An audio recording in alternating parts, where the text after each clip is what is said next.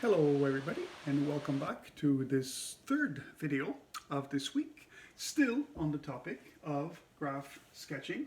We're slowly getting through the curriculum here. So we're finishing part 2 today, and we've already looked at concavity. Today we're going to take a look at points of inflection. Before we go on, perhaps a quick recall of what we have seen in the last video, something that will be useful today. What have we seen with respect to concavity in the previous video?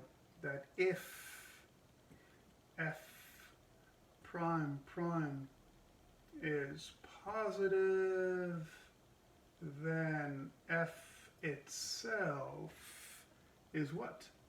The second derivative doesn't have anything to do with increasing, decreasing, but it has everything to do with concavity. So concave up, like my parabola y is equal to x squared. And the second recall, if f prime prime is negative, then clearly f is concave down. Good. So hopefully we remember that much. Now for a definition. Now let us start this on the right foot with a definition. A point x, y is a, let's put that in a different color since it's the purpose of the definition. Point of inflection. That's a new word. Inflection. What does this mean? By point of inflection, we most of the time will refer to as a PI, point of inflection.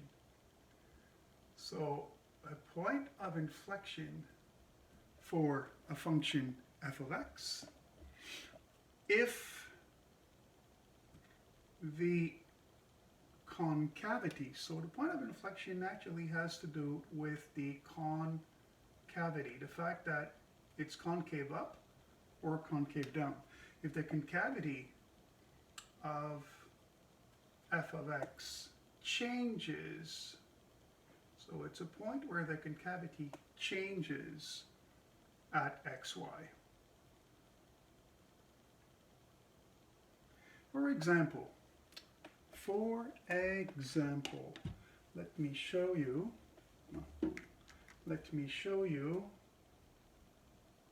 what it could actually look like on a graph. Like visually, what is a point of inflection? Well, you could have something like this.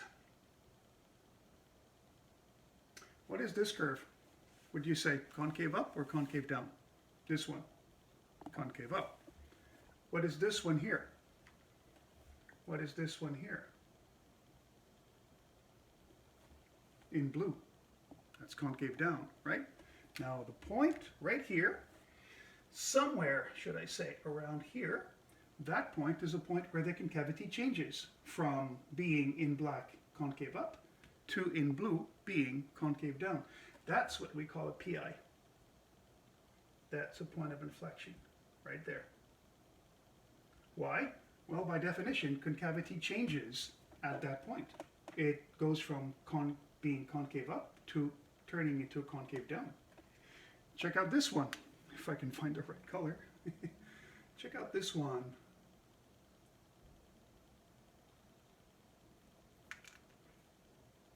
Concave up or concave down?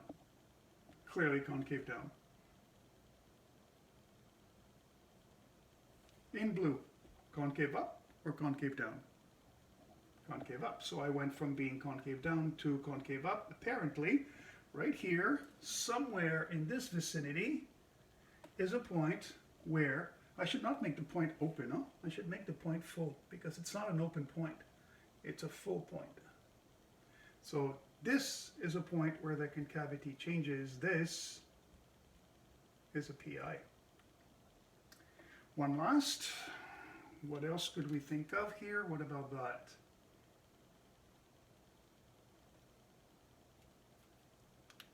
I'm all mixed up with my colors. That is what in black? Concave down. That in blue is concave up. And then, let me just put this back here. And here, right here, is a point where you stop being concave down and you start being concave up. So that's a PI. So that is a point of inflection. Good. So we have a little bit of a visual of what the point of inflection is. It pertains to concavity. Concavity pertains to the second derivative. So now we're going to bring together all of this in the following results. Let's get rid of all that. So what we have here is a result. Sometimes we can call this a theorem, but we don't have to use big Latin words over here. Result. If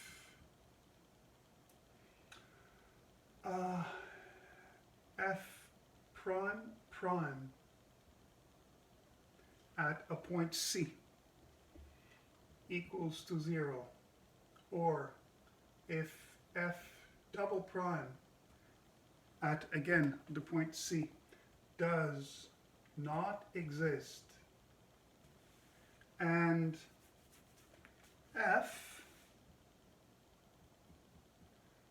changes concavity around C,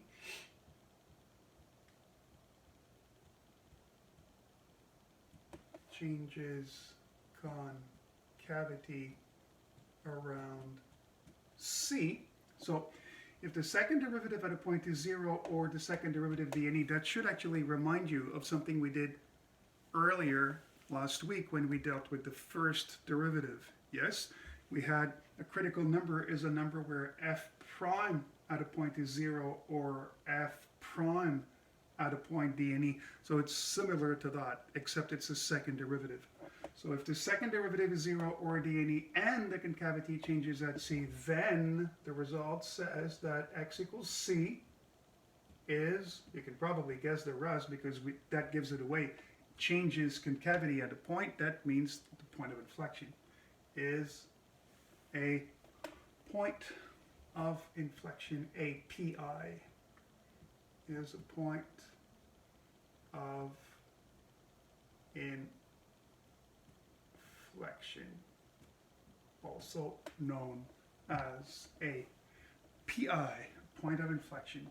Why don't we take a quick look at an example to see how all this, call it example 1 because I have a couple in mind today. Find all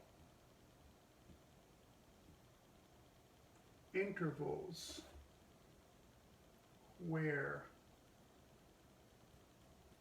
f of x is actually equal to x3 plus x2 minus 8x plus 3, where f of x is concave up and concave down. Also identify all points of inflection, if any. Of course, we don't know if there are any quite yet. So what's the point of inflection?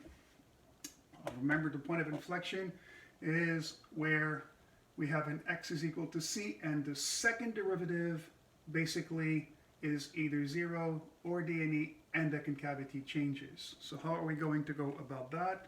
We are going to take a look, of course, at the second derivative, try to figure out where it is equal to 0, try to figure out where it is dne. So first of all, first order of agenda, f prime. We got to go through f prime if we want the second derivative. So we are now deriving x3 plus x2 minus 8x plus 3. What is that? 3x squared plus 2x minus 8. Good. What about now f prime prime? Now I got to derive the derivative. I got to derive what I just obtained as my f prime. So what is the derivative of 3x squared plus 2x minus 8? It is 6x plus 2. Okay, I got an f prime prime. I got an f prime prime. So where is it 0? Where is it d and e? Well, you will notice that this is over 1, right? And something that is d and e has to be over 0. So remember what we did for the first derivative? It's the same thing for the second derivative. You want it to be 0. This is equal to 0 if the numerator is equal to 0. And this is d and e if the denominator is equal to 0. Okay?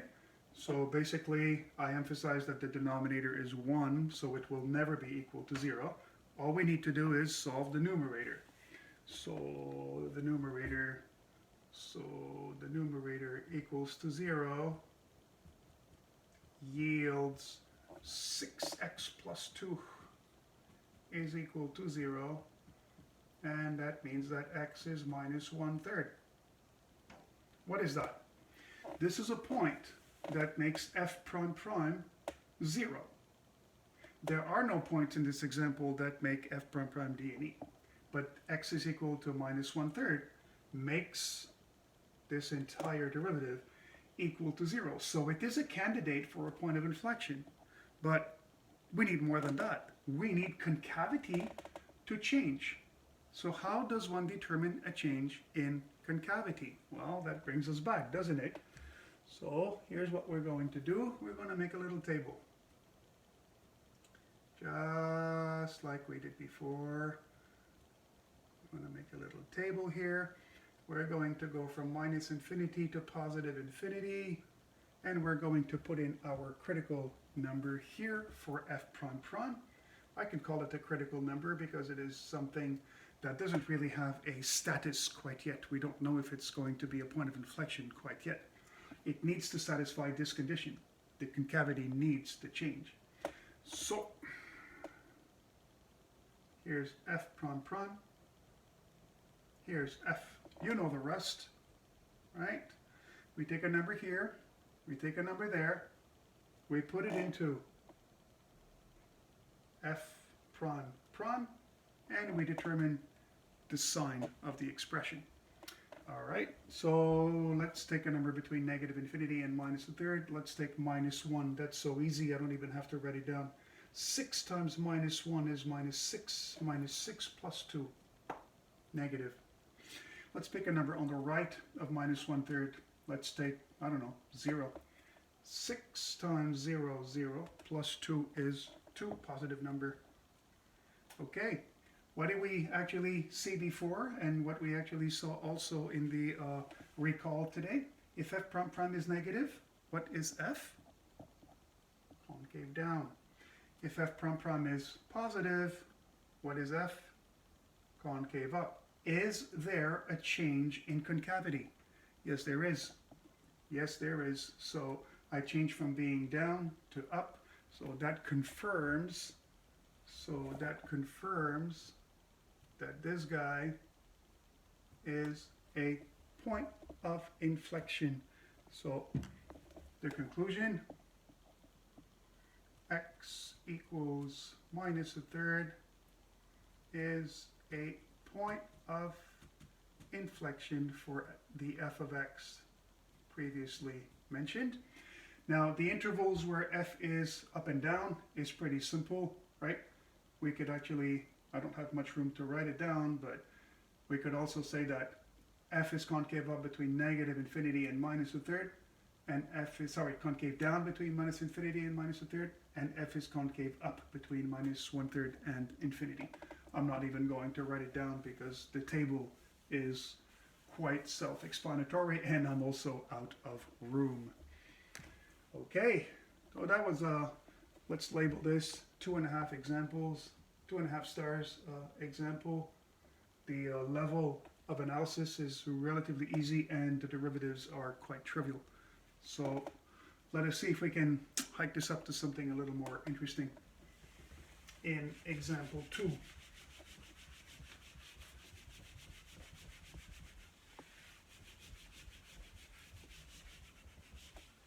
Example 2.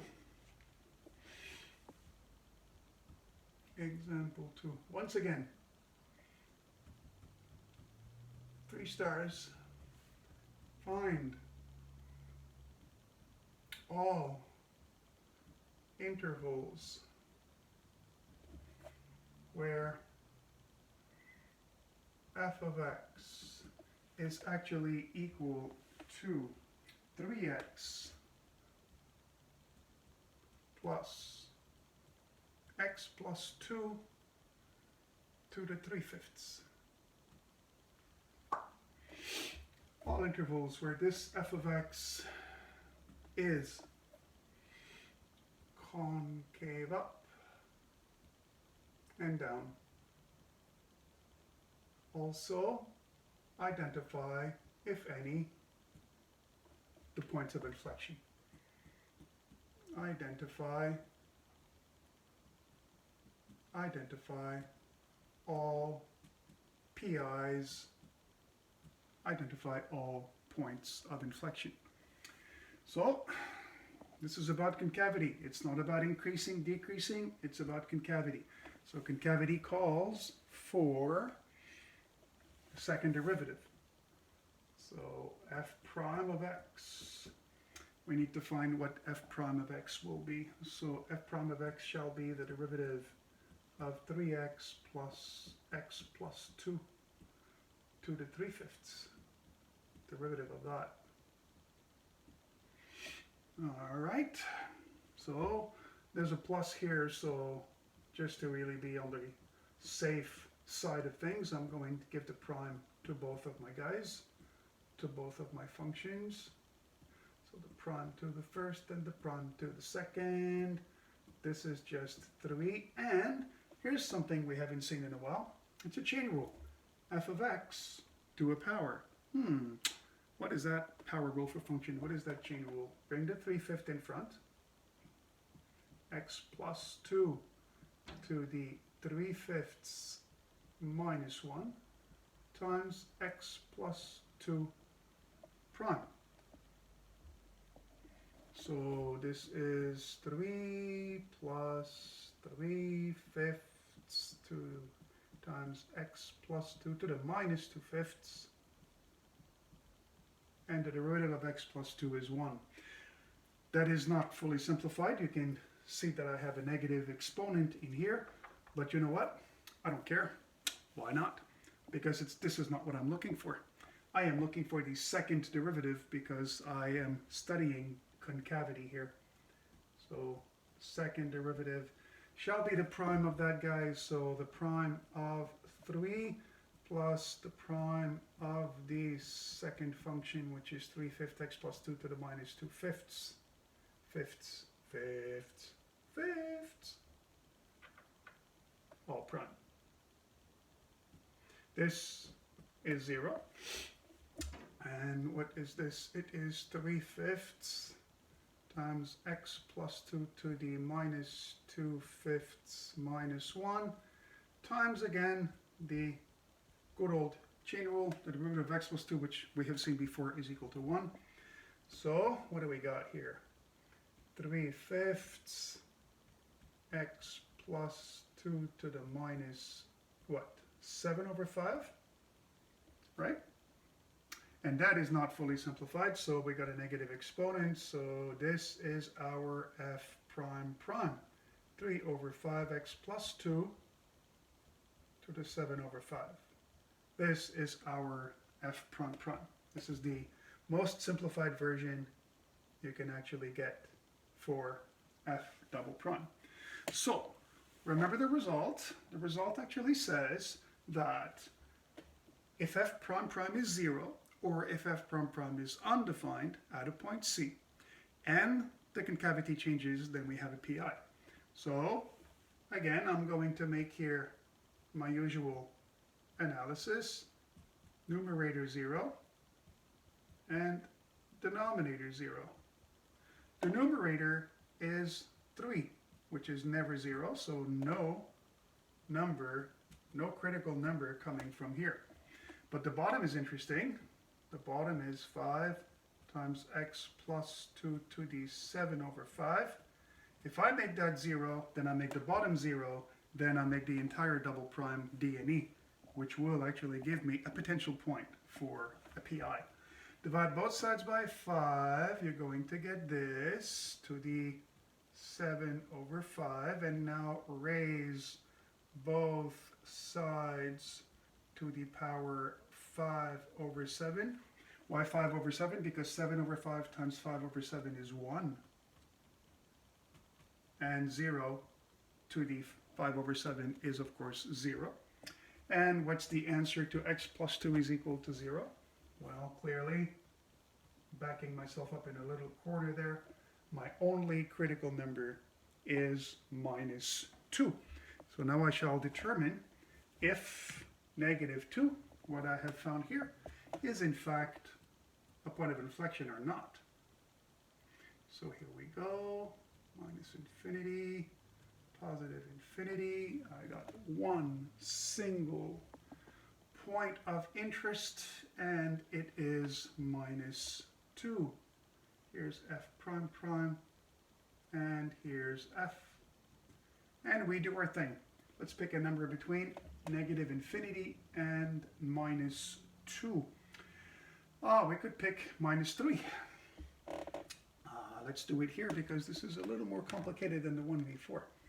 Let us pick minus 3.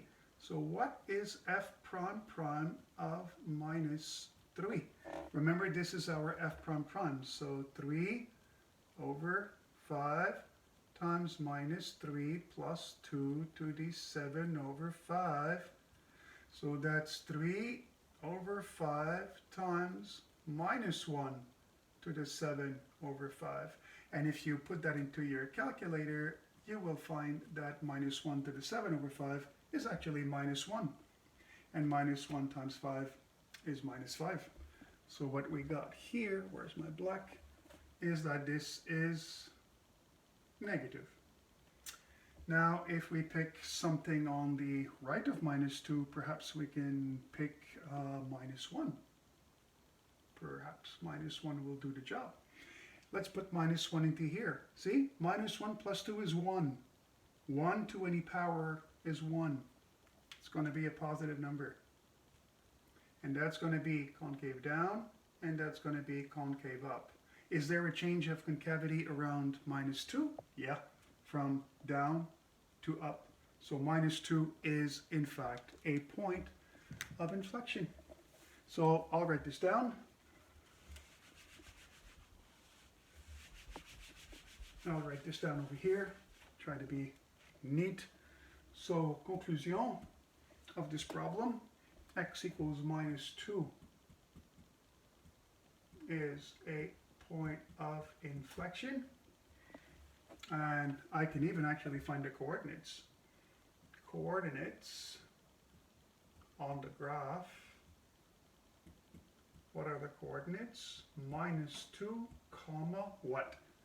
Let us start getting used to that, because next week we're going to find all these y values. We're going to need them. So where do I turn to find a y value when x is minus 2? Where do I turn to find a y value when x is minus 2? Give me another name for y. Of course, f of x. Haha, right there, f of x. So if you want to know what goes there, it is in here in f of x. Not in f prime, not in f double prime. It is in here that you need to put the negative 2, and that's pretty easy. Here's y. Minus 2 plus 2, this entire thing is 0. So all I got to do is 3 times minus 2. And I get my y coordinate for this PI. Also, also f is concave down on minus infinity to minus 2, and f is concave up on minus 2 all the way down to infinity. That would be kind of the spelled out complete answer they would want for an example like this. Good? So 3 stars. All right, so to finish this week, we're going to do something that we like to do at the end of the week, which is to try to take a look at some sort of a summary problem. So let's take a look at a problem that would kind of encompass a lot of the notions that we have covered so far. So, exemple 3. I don't know if that deserves 3.5 stars. I don't think so. Let's give it 3 stars. Consider f of x is equal to x4 minus 4x3 for this function.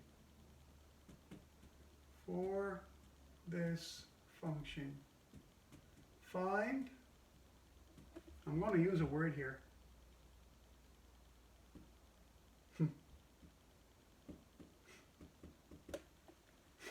Find everything. Okay, I need to be a little more precise. All right, that means all intervals where f is increasing, decreasing. All intervals where f is increasing, decreasing. All local min or max. All intervals where f is concave up, concave down. All PIs. What da da da? So that's what we call a synthesis problem. Bring together in one single problem notions we've covered over the last little while. Okay, we have a polynomial function. Should not be too complicated to look at it. So first, I'm going to find f prime. That means I'm going to derive x4 minus 4x3, and I'm going to find 4x3 minus 12x2. If I factor out 4x squared, I'm going over this too fast and I'm making a mistake. If I factor out 4x squared, I'm going to get x minus 3, not x minus 1. Once again, this is over 1, right? So because it's over 1, the denominator will never be 0. All I need to figure out is where the numerator is 0 to find my critical numbers. Numerator 0 means 4x squared and x minus 3 equal to 0. That is 4x squared equal to 0, or x minus 3 equal to 0. This will give us, okay, divide both sides by 4. That's x squared is equal to 0. X is equal to 0, or x is equal to 3. These are my critical numbers, and then I can actually make the following table.